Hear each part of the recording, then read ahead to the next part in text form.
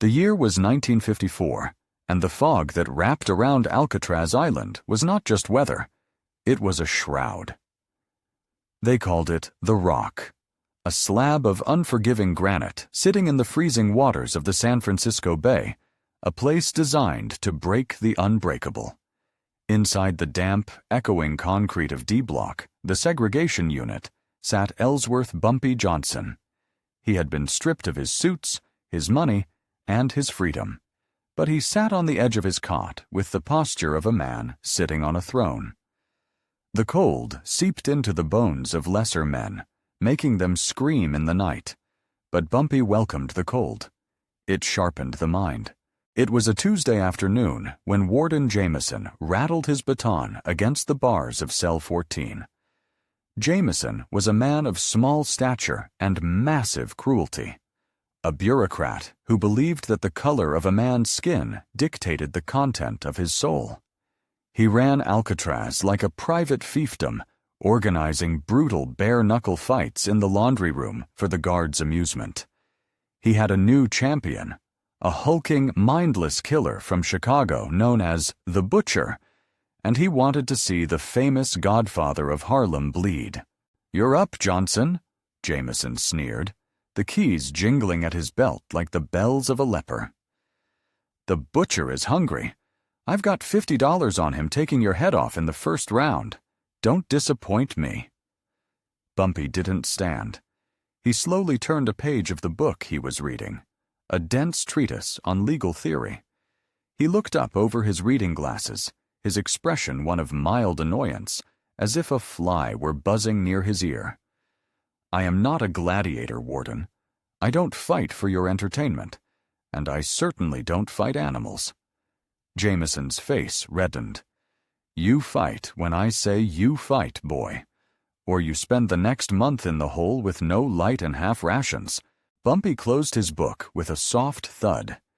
He stood up and walked to the bars. He towered over the warden, despite being on the wrong side of the steel. "I hear you consider yourself a strategist, Warden. I hear you were the chess champion of the State Correctional League." Bumpy gestured to the small magnetic travel chess set sitting on the warden's desk in the hallway. "Violence is the language of the inarticulate. If you want to humiliate me, do it with your mind. Beat me at the board." The warden laughed, a dry, incredulous sound. "You want to play chess? With me?" "One game," Bumpy proposed, his voice smooth as velvet over gravel.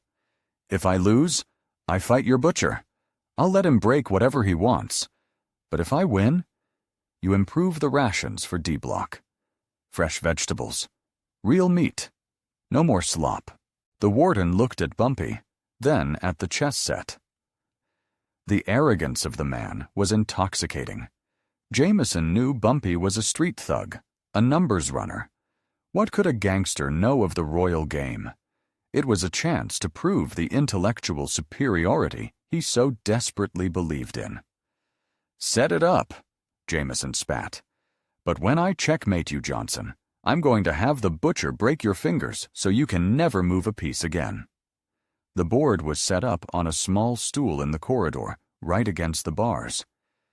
Jameson sat on a folding chair outside. Bumpy sat on the cold floor inside, reaching through the steel to move his pieces. The news traveled fast. The shouting in the block died down. Every prisoner pressed their ear to the bars. The silence was absolute, save for the rhythmic clack-clack of plastic pieces moving on the board. Jameson played white. He played a classic, aggressive opening, the Ruy Lopez, controlling the center, developing his pieces by the book. He was technically proficient, a player who had memorized the manuals. Bumpy played black. But Bumpy's play was erratic. He didn't fight for the center. He moved his knights to the edges of the board, a rookie mistake. He held his bishops back. He created a strange, asymmetrical formation that looked less like a fortress and more like a chaotic scatter. "You play like a child," Jameson scoffed, taking a pawn. "No structure, no discipline, just like your people." Bumpy didn't respond. He just moved a pawn. Clack. 10 moves. 15 moves. The warden was confident. He had Bumpy's king pressured. He was hunting for the kill. But as the game deepened, entering the 20th move, something strange began to happen. Jameson reached out to move his rook, but he stopped. He looked at the board. He looked at the peculiar arrangement of Bumpy's black pieces. A cold bead of sweat trickled down the warden's spine. The black rooks were positioned on the corners, immovable. The knights were patrolling the perimeter. The bishops were cutting diagonal lines of sight that intersected in the middle. The pawns were clustered in specific, high-density blocks. It wasn't just a chess formation. It was a map.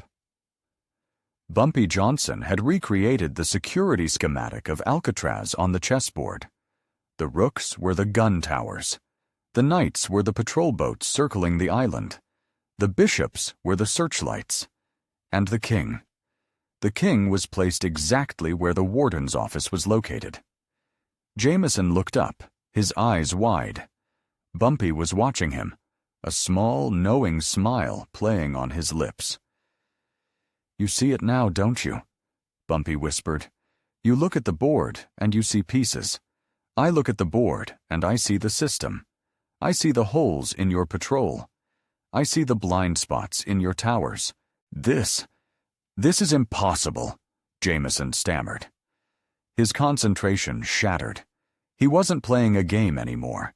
He was staring at a manifestation of his own vulnerability. He realized that this man, locked in a cage, had mentally dissected the most secure prison in the world. Jameson made a frantic, defensive move, retreating his queen to protect his king. It was a mistake. Bumpy reached through the bars. His hand didn't tremble. He picked up a single black pawn, the lowliest piece on the board, the piece that represented the foot soldier, the inmate, the forgotten man. He slid it forward 1 square. The pawn slipped past the white knight. It bypassed the bishop. It came to rest directly diagonally from the white king. "Checkmate," Bumpy said softly. The warden stared. He looked for an escape. He looked for a block. There was none. His king was trapped by his own pieces, suffocated by his own arrogance, and the killing blow had been delivered by a pawn. "You cheated," Jameson hissed, standing up, knocking the chair over.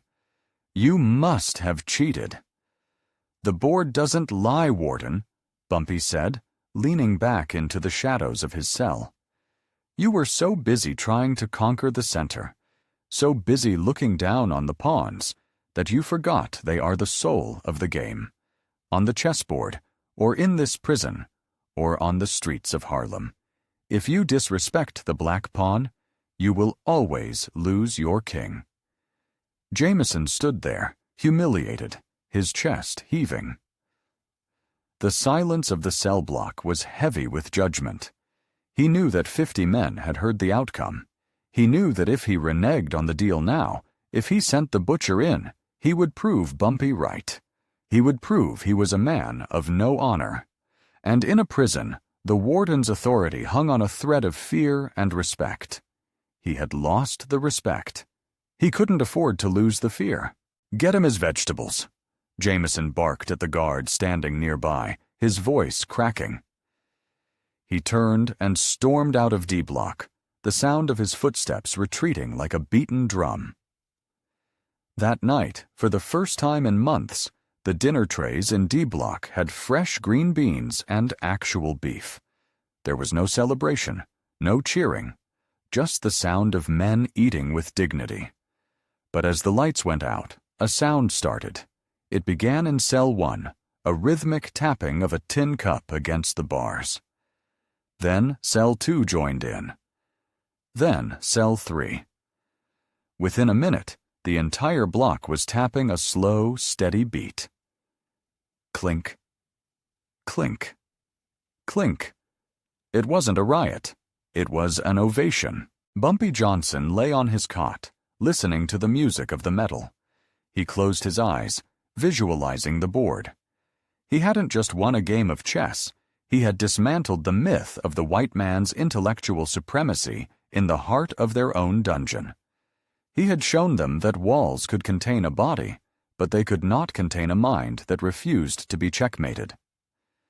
The Alcatraz Gambit became a story whispered in the yard for years to come. A legend of the time the King of Harlem brought the Rock to its knees with a plastic pawn.